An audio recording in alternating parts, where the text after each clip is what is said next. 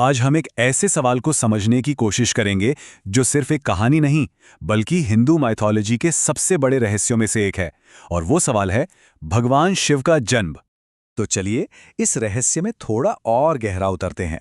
देखिए, सवाल तो बड़ा सीधा सा लगता है ना, कि संहार के देवता का जन्म आखिर हुआ तो हुआ कैसे?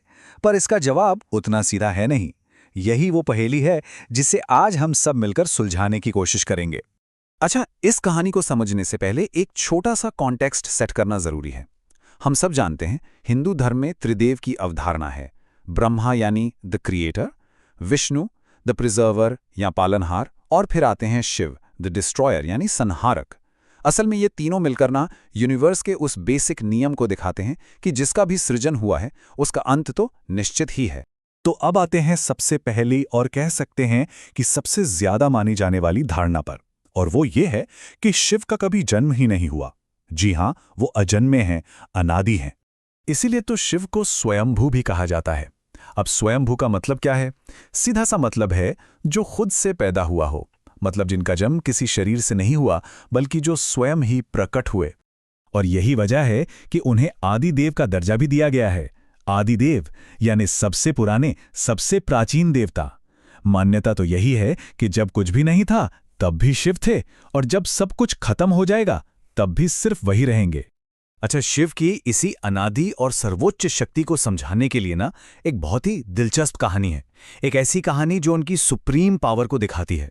तो हुआ यूं कि एक बार ब्रह्मा और विष्णु में इस बात पर बहस छिड़ गई कि भाई दोनों में से ज्यादा श्रेष्ठ कौन है।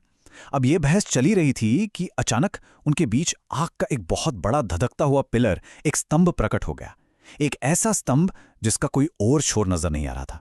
तभी एक आकाशवाणी हुई जिसने उन्हें चैलेंज दिया कि जाओ इस स्तंभ का आदि और अंत ढूंढ कर लाओ। अब चैलेंज तो एक्सेप्ट हो गया। ब्रह्मा ने हंस का रूप लिया और ऊपर की तरफ उड़ गए, और विष्णु ने वराह का रूप धरकर नीचे जमीन में धंसना शुरू कर दिया। दोनों ने, आप यकीन मानिए, बहुत कोशिश की, लेकिन किसी को भी उस स्तंभ का कोई किनारा नहीं मिला। और जब वो हार कर वापस लौटे तो उन्होंने देखा कि वहां शिव मौजूद थे। बस उसी पल उन्हें यह एहसास हो गया कि इस ब्रह्मांड को चलाने वाली शक्ति कोई और ही है। असल में उस स्तंभ की जो अनंतता थी ना, वो भगवान शिव की कभी न खत्म होने वाली शक्ति का ही प्रतीक थी। ये कहानी उनके शाश्वत होने का, उनके इटर्नल होने का सबसे बड़ा सबूत है। लेकिन कहानी में एक ट्विस्ट है। अगर शिव शाश्वत हैं, अनादि हैं, तो फिर ये कैसे हो सकता है कि उनका जन्म क्रोध से हुआ हो? और यही सवाल हमें एक दूसरी बिल्कुल ही अलग कहानी की तरफ ले जाता है। अब ये दूसरी कहानी हमें मिलती है भागवत पुराण में। इसमें शिव के जन्म की नहीं बल्कि रुद्र की उत्पत्ति की बात है, जिन्हें शिव का ही एक रौद्र रूप माना जाता है। तो कहानी ये है कि ब्रह्मा ने सृष्टि को आगे बढ़ाने के लिए अपने 4 महान ऋषियों को पुत्र रूप में बनाया। पर इन ऋषियों ने अपने पिता की आज्ञा नहीं मानी और संतान पैदा करने से इनकार कर दिया। अब इस बात पे ब्रह्मा को इतना ज्यादा गुस्सा आया, इतना अनकंट्रोलेबल गुस्सा आया, कि उसी क्रोध से उनकी भौहों के बीच से एक रोता हुआ बच्चा पैदा हुआ, लाल और नीले रंग का एक बालक। ब्रह्मा ने उस बच्चे का नाम रखा रुद्र, और उसे काम सौंपा इस सृष्टि के संहार का। तो इस तरह से क्रोध से पैदा हुआ ये बालक शिव का ही एक रूप बन गया। और बात यही खत्म नहीं होती। ये रहस्य तो और भी गहरा हो जाता है, क्योंकि अलग अलग पुराणों में हमें और भी अलग अलग कहानियां मिलती हैं। जैसे कि एक कहानी के मुताबिक शिव, ब्रह्मा और विष्णु, इन तीनों का ही जन्म एक कॉस्मिक एग यानी ब्रह्मांडीय अंडे से हुआ था, जिसे हिरण्यगर्भ कहते हैं। माना जाता है कि यही ब्रह्मांड की शुरुआती अवस्था थी।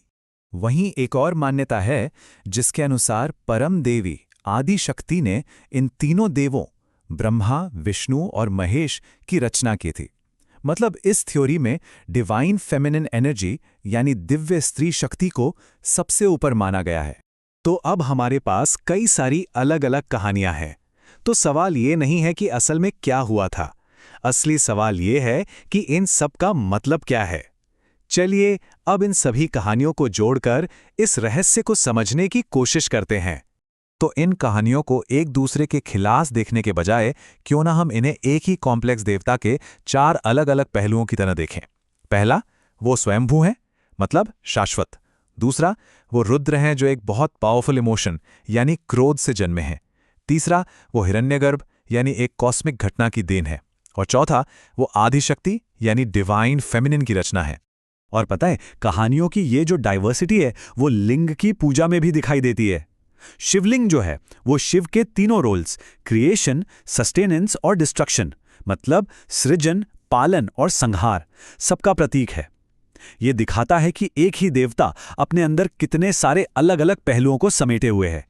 तो आखिर में बस एक सवाल रह जाता है जिस पर सोचना चाहिए कि किसी एक देवता के जन्म की इतनी सारी और कभी-कभी एक दूसरे से बिल्कुल अलग कहानियां होने का आखिर मतलब क्या है।